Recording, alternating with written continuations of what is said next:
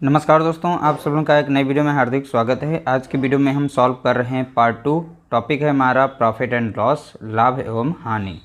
तो देखिए, ये सभी के सभी प्रश्न जो हैं एसएससी जीडी मैथ्स पीवाईक्यू 2024 में पूछे गए हैं।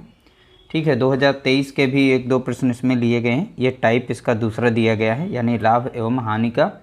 और ये सभी के सभी एसएससी जीडी के पूछे गए, इसीलिए हमने यह पार्ट 2 बनाया है। इसके बाद इसका पार्ट 3 पार्ट 4 भी आएगा, किस तरीके से एसएससी जीडी में अलग अलग टाइप के प्रश्न पूछे जा रहे हैं। पहला प्रश्न दिया गया, यदि 6 पेन का क्रय मूल्य 5 पेन के विक्रय मूल्य के समान है, ठीक है, तो लाभ या हानि प्रतिशत ज्ञात कीजिए। तो देखिए, 6 पेन का हम क्रय मूल्य को सीपी से लिखेंगे, कास्ट प्राइस से, और विक्रय मूल्य को हम एसपी से लिखेंगे, ध्यान रखिएगा। तो 6 पेन का क्रय मूल्य, तो यानी 6 पेन का सीपी दिया गया है, ठीक है, बराबर 5 पेन के विक्रय मूल्य के यानी एसपी के बराबर दिया गया है। अब देखिए, सीपी और एसपी एक साइड में करेंगे तो सीपी इस साइड में है, एसपी यहाँ पर गुणे में तो नीचे आ जाएगा भाग में, यानी सेलिंग प्राइस तरीके से। 5 यहाँ पर बचा था, इस साइड में 6 जो है गुणे में है तो इधर आ जाएगा भाग में, तो नीचे हो जाएगा। तो यहाँ से हमने देखा कि एसपी का संबंध जो है 6 से है और सीपी का संबंध 5 से है, यानी सीपी हमारा 5 है और सेलिंग प्राइस जो दिया गया 6, तो 1 का फ़ायदा हो रहा है। क्योंकि हम कोई भी चीज़ खरीदते हैं तो वो सीपी हमारी होती है, सीपी हमारा 5 है, 5 की खरीद करके 6 की बेच रहे हैं, यानी प्रॉफिट कितने का और 1 का हो रहा है। तो यहाँ से हम प्रॉफिट परसेंट यानी लाभ प्रतिशत अपना निकाल सकते हैं। लाभ कितने का हुआ, 1 का हुआ। किस पर हुआ, सीपी पर। सीपी कितना यहाँ पर दिया गया 5, गुणे में कितना रखेंगे 100, 5 कम 5 काटेंगे, 5 दूना 10 और 0, यानी 20% का हमें हुआ है लाभ। तो इस तरीके से ऑप्शन बी हमारा यहाँ पर करेक्ट आंसर हो जाएगा। अगला प्रश्न पूछा गया, यदि 5 शर्ट का क्रय मूल्य, देखिए 5 शर्ट का क्रय मूल्य यानी सीपी बराबर है 3 शर्ट के विक्रय मूल्य के, 3 शर्ट के विक्रय मूल्य यानी एसपी के बराबर है। तो सीपी और ये एसपी साइड में आ जाएगा तो नीचे हो जाएगा, तो यहाँ पर बचेगा कितना हमारा 3, और ये हमारा इस साइड में आ जाएगा 5।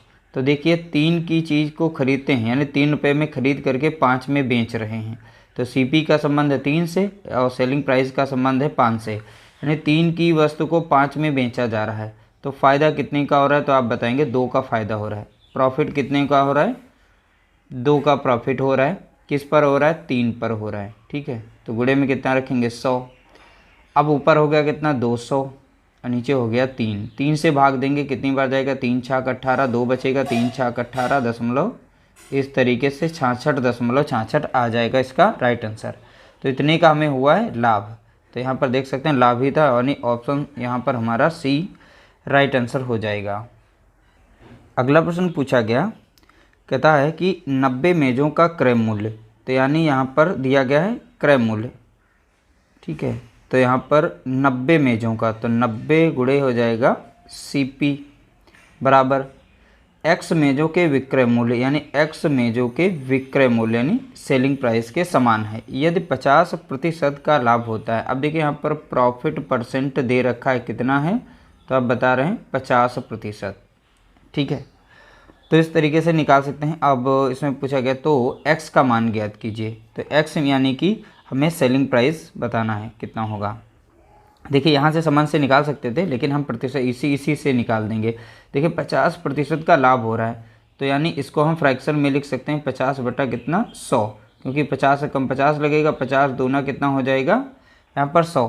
तो ये देखिए, सेलिंग प्राइस हमारा नीचे का है और उस पर प्रॉफिट हो रहा है। देखिए, प्रॉफिट की बात कर रहा था, 50% का लाभ, तो लाभ 2 पर कितना लाभ हो रहा है, 1 का हो रहा है। तो यानी सेलिंग प्राइस 2 है, सॉरी क्रय मूल्य हमारा 2 है, इस पर लाभ कितने का और 1 का हो रहा है, तो +1 जो इसमें जोड़ देंगे तब कितने हो जाएगा 3।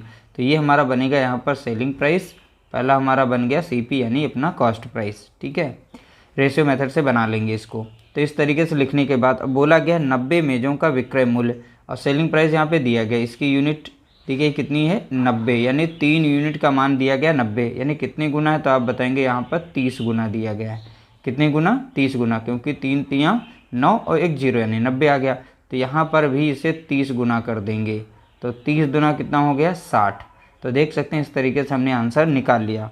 हमारा राइट आंसर हो जाएगा ऑप्शन यहाँ पर पहला करेक्ट आंसर। अगर मान लीजिए इस तरीके से आपको निकालना नहीं आता है, तब आप क्या करेंगे, यहाँ पर ध्यान रखिएगा। अब यहाँ से हम रिलेशन निकाल लेते हैं इनका। देखिए CP SP को करेंगे, CP अपॉन SP हो जाएगा, बराबर में यहाँ पर कितना रहेगा x, और नीचे कितना आ जाएगा 90, क्योंकि गुणे में तो भाग में आ जाएगा। यानी CP यानी सेलिंग प्राइस कितना है 90 रुपया, कॉस्ट प्राइस कितना है x दिया गया है। तो देखिए सिंपल सा इसका बेसिक जो फार्मूला होता है कॉस्ट प्राइस निकालने का, तो इसका होता है SP इंटू 100 होता है, अपॉन में प्रॉफिट या लॉस जो भी होता है वो नीचे 100 में जोड़ के लिखा जाता है। तो यहाँ प्रॉफिट हो रहा है कितने का 50% का, तो 100 में हम 50 को जोड़ देंगे, प्लस कर देंगे। ठीक है, अब इसमें वैल्यू रखी थी, SP कितना हमारा था 90 था। ठीक है, गुणे में हमारा 100 रहेगा, अपॉन में इसमें जोड़ेंगे तो कितना हो जाएगा 150। ठीक है, तो 50 दूना होता है 50, 50 दूना होता है 100, और 50 तियाँ हो जाता है कितना 150, और 3 एकम 3, 3 तियाँ 9, 1 0, 30 दूना कितना हो गया 60।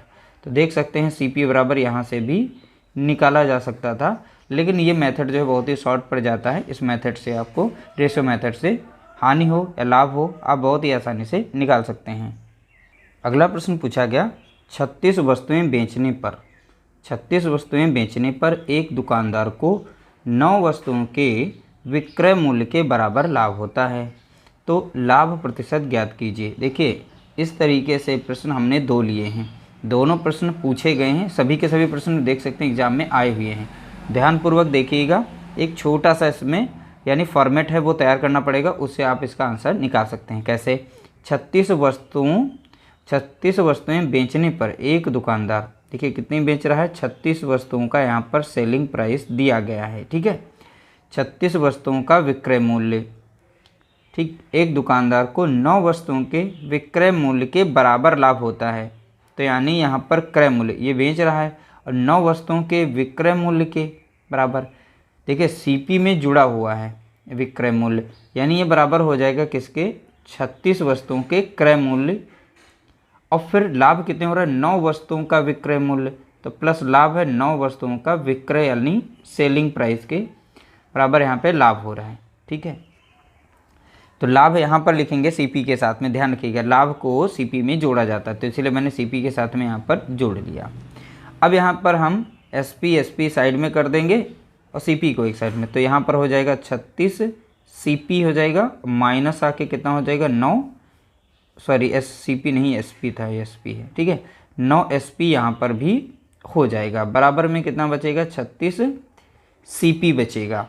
अब देखिए 36 से 9 जाएगा तो कितना बचेगा 27, यहाँ पर SP बचेगा, बराबर किसके होगा 36 CP के बराबर होगा।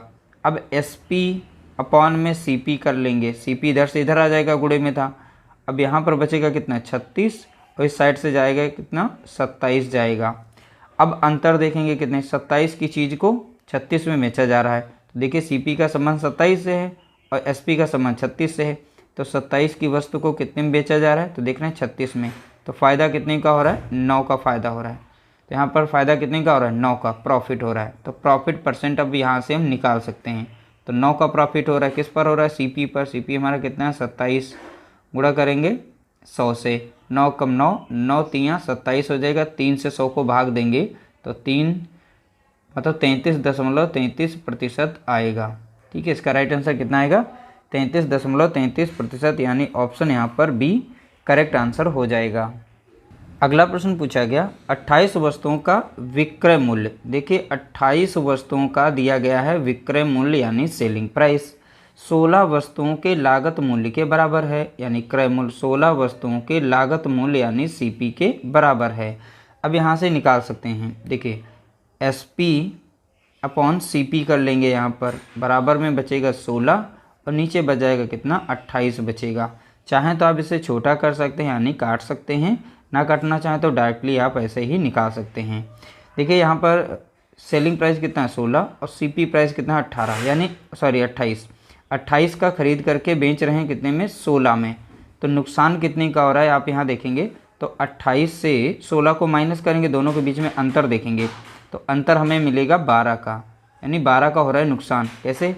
CP यानी कास्ट प्राइस, क्रय मूल्य कितना है 28, बेच रहे हैं 16 का, तो नुकसान हो रहा है यानी माइनस में, तो लॉस परसेंट हम निकालेंगे यहाँ से कितना है 12 हो गया, और CP पर हम निकालते हैं तो 28 नीचे हो गया, गुणे में कितना रहेगा 100 रहेगा। ठीक है, 4 से काट देंगे, 4 कम 4 और 4 सत्ते 28। ठीक है। तो 4 तियाँ 12, सॉरी 4 तियाँ 12 हो गया और 4 सते 28, तो ऊपर गुणा करेंगे कितना हो जाएगा 300 और नीचे हो जाएगा 7। अब 7 से यहाँ पे भाग देंगे, 7 चौके कितना हो जाएगा 28, बचेगा 2 और 7 दूनी 14 और बचेगा फिर से यहाँ पर 14 बचेगा 6। तो इस तरीके से यहाँ पर 6 8 और 6 बार भी लग जाएगा, यानी 42.86 आ जाएगा इसका राइट आंसर। ठीक है, 42 अब देखिए लॉस है तो हमें प्रॉफिट वाले में मत लगाना, क्योंकि दोनों दिए गए एक में, तो हमें प्रॉफिट हुआ था, सॉरी हानि हुई थी इसमें, क्योंकि 12 की हानि। तो हमारा ऑप्शन डी यहाँ पर करेक्ट आंसर हो जाएगा। अगला प्रश्न पूछा गया, एक दुकानदार 10 पंखे खरीदता है, 10 पंखों के क्रय मूल्य पर 8 पंखे बेचता है, तो लाभ प्रतिशत बताइए। अब ध्यान से देखिएगा, यहाँ पर एक दुकानदार 10 पंखे खरीदता है तो उसका क्रय मूल्य हुआ 10 पंखे का क्रय, यहाँ पे सीपी दिया गया है, और 10 पंखों के क्रय मूल्य पर 8 पंखे बेचता है। तो 8 पंखे बेचता है किस पर, क्रय मूल्य पर बेचता है, यानी क्रय मूल्य के बराबर ही होगा। तो यानी सेलिंग प्राइस इसका कितना दे रखा है 8। तो बस यही इसमें बोला गया था। क्वेश्चन को ध्यानपूर्वक पढ़ेंगे तो आपको ये सारी चीज़ें समझ में आ जाएंगी। अब CP अपॉन में इधर आ जाएगा SP रहेगा। अब इधर बचेगा हमारा कितना 8, अब ये आ जाएगा इधर कितना 10। यानी देखिए 8 की चीज़ है और 10 में बेची जा रही है, तो फ़ायदा कितने का हो रहा है, तो आप बताएंगे 2 का फ़ायदा हो रहा है, यानी हमें प्रॉफिट हो रहा है। ठीक है, तो प्रॉफिट हमें कितने का हो रहा है, 2 का हो रहा है। किस पर हो रहा है, CP पर, यानी कि यहाँ पर दिया गया 8, और यहाँ पर गुणा कर देंगे कितने से, 100 से कर देंगे प्रतिशत निकालने के लिए। 2 कम 2 कटेगा, 2 चौके 8। अब 4 से इसे काटेंगे, 4 कम 4 और 4 से भाग देंगे तो 25 बार में चला जाएगा, यानी 25% का हुआ है, इससे क्या प्रॉफिट हुआ है। तो इस तरीके से ऑप्शन यहाँ पर हमारा बी राइट आंसर हो जाएगा। अगला प्रश्न पूछा गया, 36 मीटर पटुआ यानी जूट बेचने पर एक दुकानदार 12 मीटर पटुआ के विक्रय मूल्य के बराबर राशि का लाभ अर्जित करता है, उसके लाभ का प्रतिशत ज्ञात कीजिए। देखिए यहाँ पर 36 मीटर पटुआ बेचने पर, बेचने की बात कर रहा है यानी सेलिंग प्राइस, तो 36 मीटर जो पटुआ बेचा जा रहा है यानी सेलिंग प्राइस इसका दिया गया है।